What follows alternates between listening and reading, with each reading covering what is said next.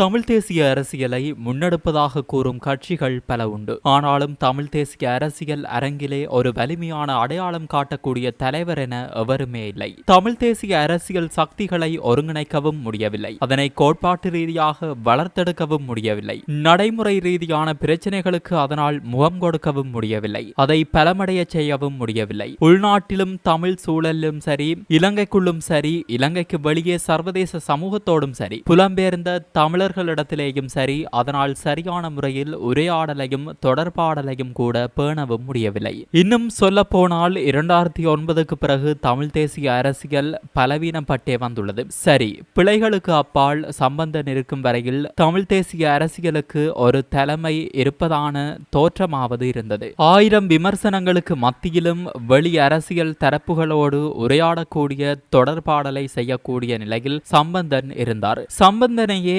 அவர்கள் தமிழர்களின் பிரதிநிதியாகவும் தலைவராகவும் அடையாளம் கண்டனர். சம்பந்தனின் மறைவுக்கு பிறகு அதுவும் இல்லை என்றாகிவிட்டது. இப்பொழுது தெருமுக்குகளில் பெட்டிக்கடைகள் இருப்பதைப் போல ஆங்காங்கே பெயர் பலகையோடு ஒவ்வொரு கட்சிகளும் உள்ளன. சில கட்சிகளில் 5-6 பேருக்கு மேல் உறுப்பினர்களே இல்லை. சிலவற்றில் அவர்களே மாறாத தலைவர்களாக இருக்கிறார்கள். அதனால் மாற்றமடைந்துள்ள சூழலுக்கு பொருத்தமான முடிவுகளை எடுக்க முடியாமலும் புதிய சவால்களை எதிர்கொள்ள முடியாமலும் உள்ளனர். இதனால் தான் கடந்த தேர்தலில் இந்த கட்சிகளும் அணிகளும் படு தோல்வியடைந்தன. இதற்கு பிறகு கூட இவை எந்த படிப்பினைகளையும் கொள்ளவில்லை. இன்னும் அதே பழைய பாணியிலேயே தமது அரசியலை முன்னெடுக்க முயற்சிக்கின்றனர். இதனால் வரவுள்ள உள்ளூராட்சி மன்ற தேர்தலிலும் இவை தோல்வியடையும் நிலையே பெரும்பாலும் உண்டு. இவ்வளவுக்கும் இவை விடுதலை அரசியலையோ ஒடுக்குமுறைக்கு எதிரான அரசியலையோ மக்கள் அரசியலையோ முன்னெடுப்பவையும் அல்ல. கடந்த 30 ஆண்டுகளாக இவை தேர்தல் அரசியலை மட்டுமே செய்து வருகின்றன. அதிலும் தோற்றுவிட்டன. இவற்றில் 3 விதமான குழுக்கள் உண்டு. இலங்கை தமிழரசு கட்சி, தமிழர் விடுதலை கூட்டணி, அகில இலங்கை தமிழ் காங்கிரஸ் ஆகியவை முற்றுமுழுதாகவே தேர்தல் அரசியலையே தமது வரலாறாகவும் வாழ்வாகவும் கொண்டவை. அதற்கு தோதான வார்த்தைகளை, சுலோகங்களை, பிரகடனங்களை அவ்வப்போது தேர்வு செய்து பயன்படுத்திக் கொள்வதே இவற்றின் அரசியலும் உபாயமுமாகும். அடுத்த குழு EPRLF, டெலோ, ஃப்ளோட் உள்ளிட்டவை. இவை முன்பாதி ஆயுத போராட்ட அரசியலையும் பின்பாதி தேர்தல் அரசியலையும் கொண்டவை. ஆயுத போராட்டத்திலிருந்து வந்தவை என்ற வகையில் இவை வேறு விதமான அரசியல் பண்புக்குரியவையாக வளர்ச்சி அடைந்திருக்க வேண்டும். குறைந்தபட்சம் 2009 ஏற்பட்ட ஆயுத போராட்ட வீழ்ச்சிக்கு பிறகாவது தமிழ் அரசியல் பரப்பிலும் இலங்கை அரசியல் பரப்பிலும் உருவாகிய சூழலை கையாளக்கூடிய விதமாக தம்மை உருவாக்கி இருக்க வேண்டும். அப்படி செய்திருந்தால் தேர்தல் அரசியலை கூட சற்று வேறு விதமாக கையாண்டிருக்கலாம். அப்படி செய்திருந்தால் மக்களுடைய பிரச்சனைகளுக்கு தீர்வு காணக்கூடிய விடுதலை அரசியலாகவும் மக்கள் அரசியலாகவும் அதை கையாண்டிருக்க முடியும். ஆனால் அப்படி செய்யவில்லை. பதிலாக தங்களுடைய இயல்பையும் அடையாளத்தையும் இழந்து ஏற்கனவே இருந்த மிதவாத அரசியல் சக்திகளான இலங்கை தமிழரசு கட்சி, அகில இலங்கை தமிழ் காங்கிரஸ் கட்சி போன்றவற்றை போலவே இவையும் சுருங்கின. இன்னொரு வகையில் இதை சொன்னால் இவற்றின் தலைவர்களான பத்மநாபா, ஸ்ரீ சவாரத்தினம், உமா மகேஸ்வரன் போன்றோர் உருவாக்கியிருந்த அடையாளத்தையும் அரசியல் பாதையையும் கைவிட்டு சம்பந்தன், கஜேந்திரகுமார் வழியில் செல்ல முற்பட்டன. இதனால் தான் EPRLF, டெலோ, ஃப்ளோட் மற்றும் ஜனநாயக போராளிகள், ஸ்ரீகாந்தா சிவாஜிலிங்கத்தின் தமிழ் தேசிய கட்சி, விக்னேஸ்வரனின் தமிழ் தேசிய கூட்டணி எல்லாம் இணைந்து உருவாக்கிய ஜனநாயக தமிழ் தேசிய கூட்டமைப்பு தனி அடையாளத்தை பெற முடியாமல் போனது மக்களாலும் நிராகரிக்கப்பட்டது. 3வது குழு 2009க்கு பிறகு ஏற்கனவே இருந்த கட்சிகள், குழுக்கள், அணிகளிலிருந்து பிரிந்து புதிதாக உருவாகியவை. இவை முற்றுமுழுதாகவே தேர்தல் அரசியலை மட்டுமே குறியாக கொண்டவை. சற்று விலக்கானது என்றால் தமிழ் தேசிய பசுமை இயக்கம் மட்டும்தான். அதை அரசியல் கட்சியாக நோக்குவதையும் விட ஒரு செயல்பாட்டு இயக்கமாக பசுமை சார்ந்த மக்கள் அமைப்பாக பார்ப்பதே சரியானதாகும். இந்த சூழலில் தான் தமிழ் தேசிய அரசியல் பரப்புள்ளது. இதிலும் தமிழரசு கட்சி உள் முரண்பாடுகள் வலுத்து நீதிமன்றம் தொடக்கம் மயானம் வரையில் அணி மோதல்களில் சிக்குண்டுள்ளது. அதை கட்டுப்படுத்தி ஒழுங்காக்கி வழிபடுத்தக்கூடிய தலைமைத்துவம் அதற்கில்லை. தற்போது பொறுப்பேற்றுள்ள பதில் தலைவர் CVK சிவஞானத்தை அவரும் தலைவராக ஏற்றுக்கொள்ள தயாராக இல்லை. சித்தார்த்தனுக்கு ஃப்ளோட்டுக்குள்ளேயே நெருக்கடிகள், டெலோவுக்குள்ளும் உள் மோதல்கள் பலமடைய தொடங்கிவிட்டன.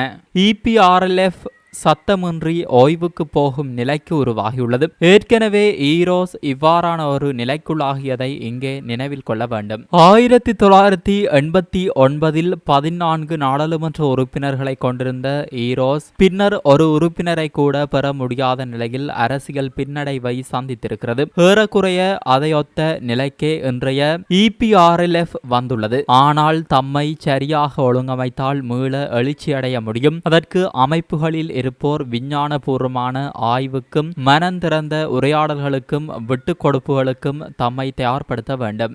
இப்போதுள்ள தமிழரசு கட்சி, அகில இலங்கை தமிழ் காங்கிரஸ் கட்சி இரண்டும் தான் நாடாளுமன்ற அங்கத்துவத்தை கொண்டுள்ளன. இவற்றின் தலைவர்களான கஜேந்திரகுமாரும் சிறிதரனுமே உள்ளனர். இருவரும் தீவிர போக்குடையவர்கள். அதனால் பிறரை, பிற சக்திகளை அரவணைத்து செல்ல முடியாதவர்கள். ஆகவே இவர்களால் எந்த அணிக்கும் தலைமை தாங்கவே முடியாது. இவரோடும் இணைந்து வேலை செய்யவும் முடியாது. ஏனைய தரப்புகளையோ குழுக்களையோ அணி சேர்க்கவும் முடியாது. எனவே இவர்கள் இருவரும் மட்டுமே ஒரு மேலோட்டமான அரசியல் கூட்டையோ உறவையோ கொண்டிருக்க முடியும். அதிலும் தமிழரசு கட்சியை கட்டுப்படுத்தும் அதிகாரம் சிறிதரனை விட சுமந்திரனின் கையிலேயே உள்ளது என்பதால் தமிழரசு கட்சியின் முழு சம்மதத்துடன் எந்த கூட்டையும் சிறிதரன் மேற்கொள்ள முடியாது. எனவே சிறிதரனும் கஜேந்திரகுமாரும் இரண்டு தண்டபாலங்களைப் போலதான் இருக்க முடியும். இந்த நிலையில் மாற்று தரப்புகள் தமக்கிடையில் ஒரு அணியை உருவாக்கி தமிழ் தேசிய அரசியலுக்கு தலைமை தாங்க முடியும். ஆனால் அதற்காக கடுமையாக உழைக்க வேண்டும். அதற்கு முதலாவதாக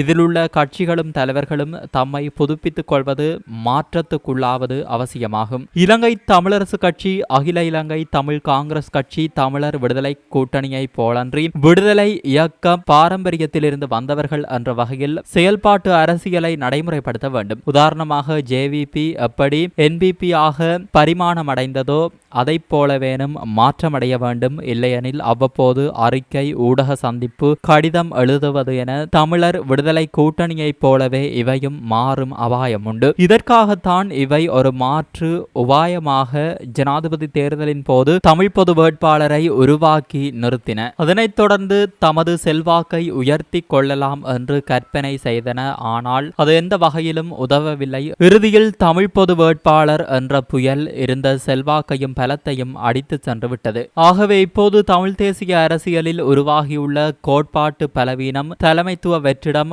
நடைமுறை பிரச்சனைகள், சமகால நிலவரங்களை கையாளும் ஆற்றல், எதிர்காலத்தை பற்றிய தீர்க்க தரிசனமான பார்வை, வெளியுறவுகள், பிற சக்திகளுடனான ஊடாட்டம் போன்றவற்றை நிரப்பி மேலெழக்கூடியவாறு எந்த சக்தியாவது மேலெழுந்தால்தான் தமிழ் தேசிய அரசியலின் எதிர்காலத்தை வடிவமைக்க முடியும். இல்லையெனில் காலத்தினால் கரைந்து போய்விடக்கூடிய சூழலே உண்டு. தேர்தல் அரசியலில் மட்டுமே மையங்கொண்டிருந்த காரணத்தினால் தேர்தலில் தோற்கடிக்கப்பட்ட கட்சிகளுக்கு அரசியல் அரங்கில் இடமில்லை என்ற நிலை உருவாகியுள்ளது. இதை ஒவ்வொரு அரசியல் தரப்பும் கவனத்தில் கொள்வது அவசியம். இது தமிழ் தேசிய சக்திகளுக்கு மட்டுமல்ல, தென்னிலங்கையின் பாரம்பரிய கட்சிகளான ஐக்கிய தேசிய கட்சி, ஸ்ரீலங்கா சுதந்திர கட்சி போன்றவற்றுக்கும் பொருந்தும். எப்போதும் மக்கள் அரசியலில் செயல்பட்டால் வெற்றி தோல்விகளுக்கு அப்பால் இயங்கக்கூடிய ஒரு வழியும் அரங்கும் அழியாது இருக்கும். அதுவே அரசியல் பலமாகும். தமிழ் தேசிய தலைமையை உருவாக்க வேண்டுமெனில் இந்த உண்மையிலிருந்து படித்தால் நல்லது. அதாவது தேர்தலுக்கு அப்பாலும் அரசியல் உண்டு,